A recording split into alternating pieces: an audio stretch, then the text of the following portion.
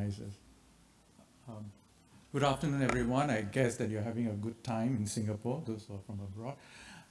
So my name is Kumar Selvarajoo, and today I'll be presenting a recent work performed by Olga Surbu, the speaker this morning on toggle genes. Mohammed Helmi was my ex-postdoc, who's now a faculty in Canada. And Alessandro Giuliani is a good friend and collaborator from ISS Italy. We've been working long years together. So my lab, we work on computational biology and also data analytics on high throughput omics data. Computational biology, we're looking at more signal transduction, physics-based modeling. But here I'd like to talk about a recent work that we worked on transcriptomic analysis of several cancer data sets. So we all know that cancer is a highly complex disease, affects everyone at any stage in our life, and it's very heterogeneous. Even for the same patient, we take the sample on a different day, the transcriptome is very variable. So this is a very complex disease to work with, and together compounded by these large data sets, many data sets that's coming, it's actually daunting to get useful information. And also we know that cancer today, even the best cancer treatment is only sporadically working on certain patients, but not everyone. So we need a very deep understanding of cancer moving forward. So researchers have been looking mostly at genes that have been mutated in cancers, called oncogenes a lot of time, or tumor suppressor genes. And today there are databases that list some of these so-called cancer-associated genes. And the very popular one is the Cancer Gene Census, which is a CGC database. And there you can see about 729 listed as cancer-related or cancer-specific genes. And then there are other databases, the AGCOH, that has slightly more than double, about 1,600 genes referred to as cancer genes. And today we know protein coding genes is more than 20,000. But recently, for this particular work I'm presenting is based on a recent paper that we read just last year, where it was reported that 87.7% of human genes are actually associated with cancer. Then it's quite dangerous, right? If every other gene is associated with cancer. So this is a paper. It says that every gene can and possibly be associated with cancer. So what is the connection now between an oncogene, like the list that we see in the databases, and random gene? Because when you talk about 90% of our genes can be associated with cancer, so what is the relationship? So the way we approach it is to look at several cancer data sets, and we have to take a selective data set that has both the patient and the patient's normal cells and the cancer cells. So we have bulk, we have 7 data sets that we obtain, and 3 for single cells. So these data sets has both the normal and the disease from the same patient data. So that's why we have a limited set here. And we focus on the 729 CGC genes listed in the database. And we also look for more specific cancer-associated oncogenes. That means for each cancer, you have only a subset of the 729 so-called cancer-associated genes. So there are about between 7 to 51 for each cancer type. So we looked at mostly RNA-seq data. We also looked at a couple of proteomic data sets. Okay, this is the data sets that we're analyzing. So the first thing we do is a very simple analysis here. We just plot the gene expression between 2 samples. So when you talk about 2 normal, these are gene expression, patient 1 versus patient 2 for the normal, right? And for the tumor, it can be the same person's tumor. So when we compare the scatter between the gene expression, what we can see is, as expected, the normal cells,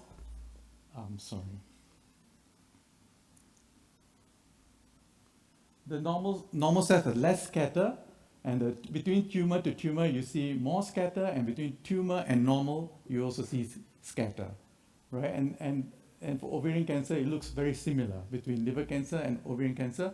And this is how the proteomic data look.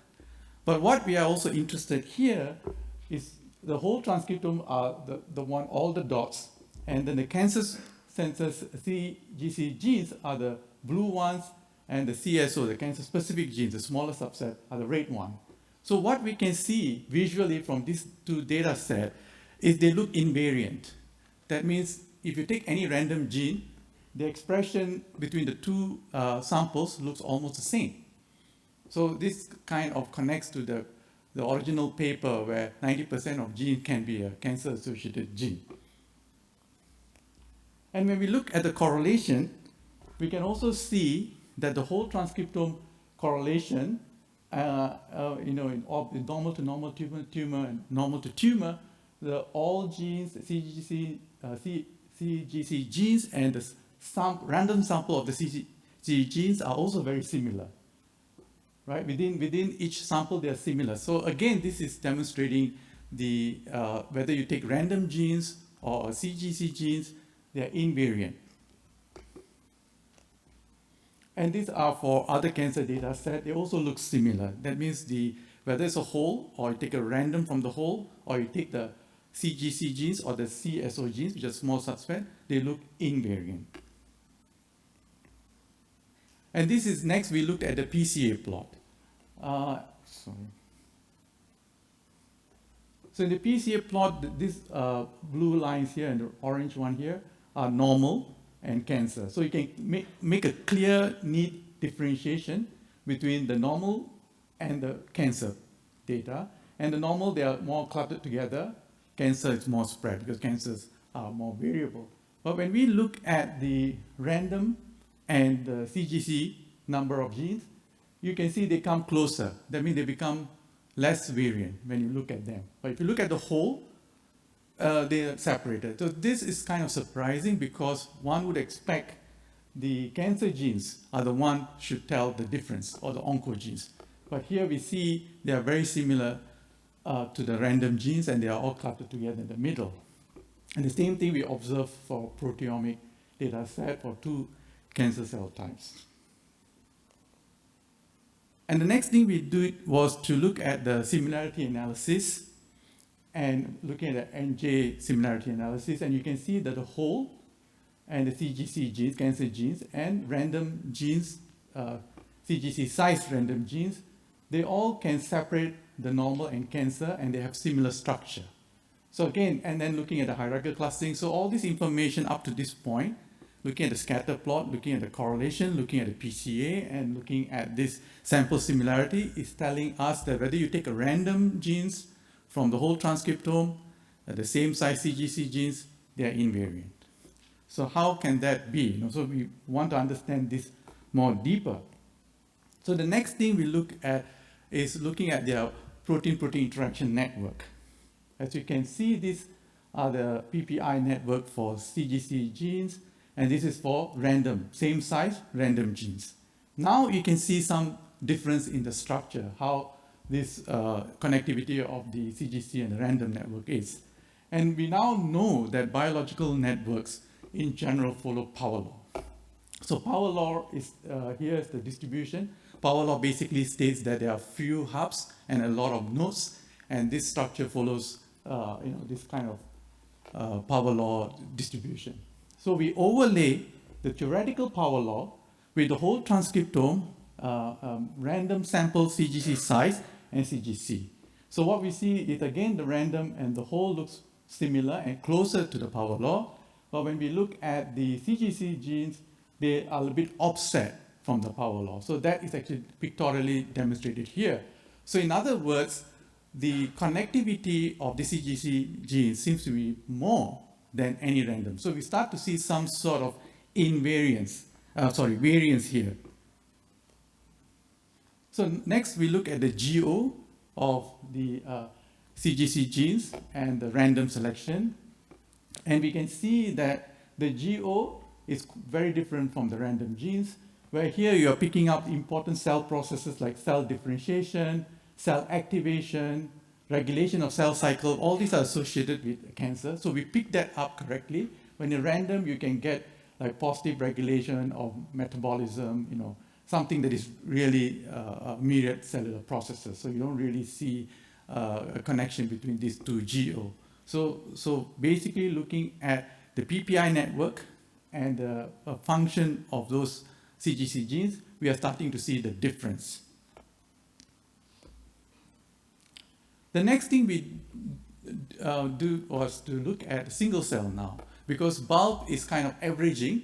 So we wanted to see this invariance, is it a result of averaging, or is it something else that we are missing?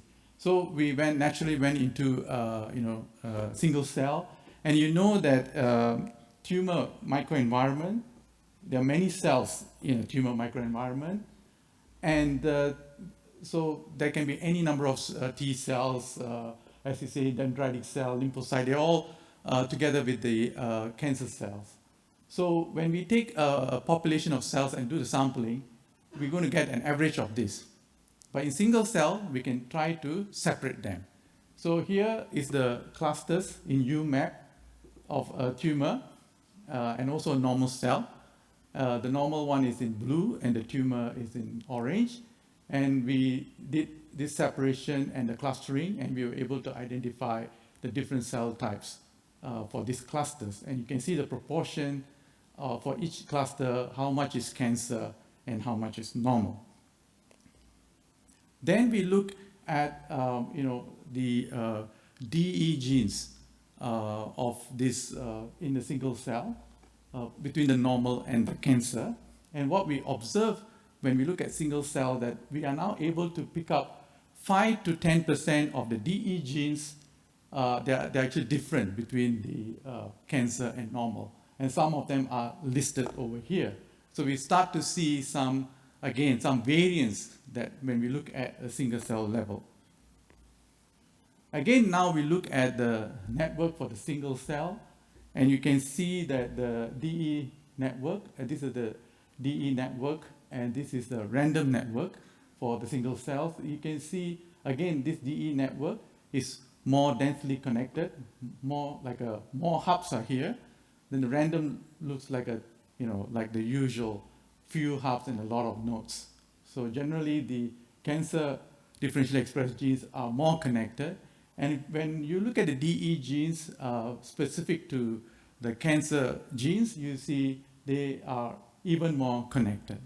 So here is the connectivity of trying to look at the whole DE genes between the cancer and normal, and then the DE genes selected from the CGC, cancer genes, and then the random genes. You can see the highest connectivity is the CGC DE genes. So again, now we are trying to see the difference surfacing in the single cell analysis. So to summarize our work, so basically there are 4 things. The first thing we observe when we look at cell population is that the scatter of the normal tumor is broader than the normal. At the same time, when we look at random genes, the whole or cancer genes, they look almost similar in terms of correlation, in terms of noise as well. So they look invariant. And when we look at PCA, Pearson correlation, and also the similarity analysis, again, they look very invariant. There's no difference. So this is perhaps the reason why the previous paper was saying almost every other gene can be a cancer gene, 90%. But however, when we now look at the function of those genes, CGC genes, using a protein-protein interaction network, we start to see the difference appearing between a cancer network and a random network, where in the cancer-specific genes or oncogenes have more connectivity, they are more hub than the random genes. And when we go into single-cell analysis, now we can pick up a subset of DE genes between the normal and tumor as the most variable genes, and we picked up some. So the conclusion that we're trying to make from this paper is the role of oncogenes need to be further scrutinized by adopting protein causality and high-resolution single-cell analysis. Protein causality is very important because this network shows there are certain functions that are involved by the cancer-associated genes, and try to study the network, not just the correlation, but the causality, and the network of that is very crucial to differentiate between a random gene and a cancer gene. Okay, and this work has been recently published in MPJ Systems Biology Application. And with that, I'd like to thank my team and everyone here for listening, and happy to take questions. Thank you. Thank you, great talk. Please feel free to approach the mic stand. Maybe I can start with a question of my own. Sure. So I work a lot in methylation. So I was wondering whether you've looked at protein and it shows the same invariance. Have you had a chance to look at methylation yet?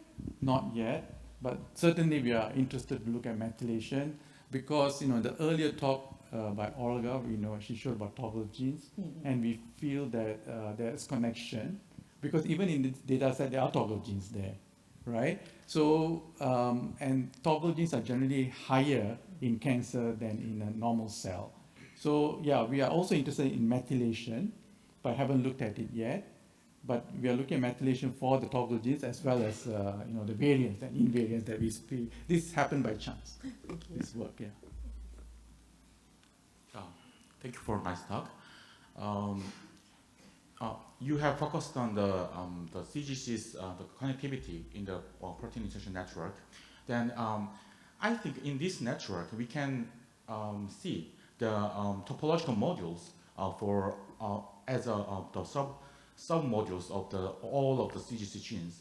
Then you may make some subcategories of the CGC genes based on the topological modules. Yes. And also based on that community, then you may check the functionality of the each of the modules. Then and then we may think about each module may act as the drivers in specific cancer types.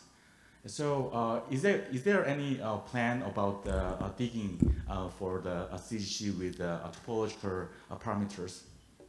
A very excellent point.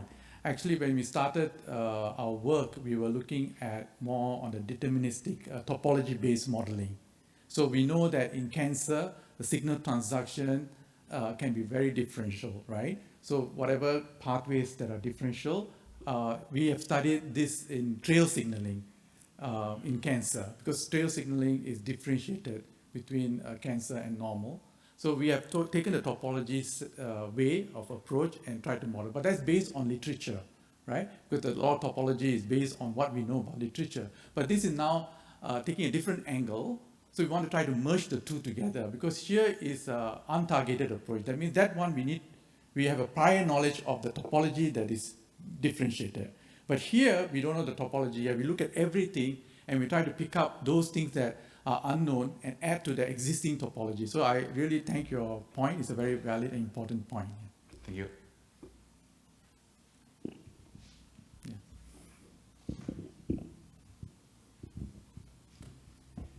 Hi, Kumar. Yeah. Great talk. I have a question with regards to the earlier slide where you showed, right, that once you looked only at the cancer genes, the relationship between the tumor cells and normal cells tend to shrink, so they tend to aggregate together. Yeah. So this may also imply that a lot of the strong differentiation and variance between the two groups, right, is driven by other genes. Yes. Yes. And if we were to look at those other genes and we were to try to apply similar network topology methods, right, would you also observe a difference in terms of the topology or the connectivity? Okay, can you one more time repeat your point? If you use the same network analysis methods on those genes that accounted for the You mean the random genes, you mean? No, not the random genes. The CGC genes. The non-CGC genes. So when you look at only those cancer cells, right, Yeah. on their own, and you compare them against the normal group, right, they differentiate, and you see greater. No, that's only for single cell. Right. But in population, we see invariance. That's the point. When we look at population, the cancer genes in tumor to tumor, normal to tumor, normal to normal are invariant. in the population. But when we go into single cell, then we start to see the variation happening. So you're asking for single cell or for bulk? I think the earlier set Okay. that I was looking at was probably the bulk at the start. bulk, actually. okay, yeah, Yes. okay, bulk, yeah. So when you showed the PCA plots for the bulk, right? Yeah, yeah. You- PCA plot is for the bulk. Yeah, correct. And for the bulk, you actually see that the cancer group is all spread out. Yes, right? yes. But the control group, the normal group, is actually all compressed. But you had another one where you showed that if you were to only look at the CGC genes, Yes. right, they tend to cluster together. Yes, they come Correct. together. Yeah. So I understand that correctly. Yes, So my yes. question is, Yes. right, that if you were to look at the non-CGC genes that account, right, for the greater variability in the cancer group, Yes. and you were to apply the same network topology Yeah, method, yes. right, what would you Yes. observe? Yeah, good point. Yeah, we'll check that. Yeah, Alright. no, that's a good point. Really curious about that. Yeah, so Yes. that's a really interesting point because when you look at oncogenes, right, Yes. you would expect the expression to be very different and very high or very low, and that should dominate your PCA because the Yes. loading should be high. Exactly. But in this case, it's not. So what are the genes, other genes in the whole genome that is making this separation? Yeah, that's the Exactly. novel thing. I really want to know this. Yeah, also. we're actually investigating. Thank you.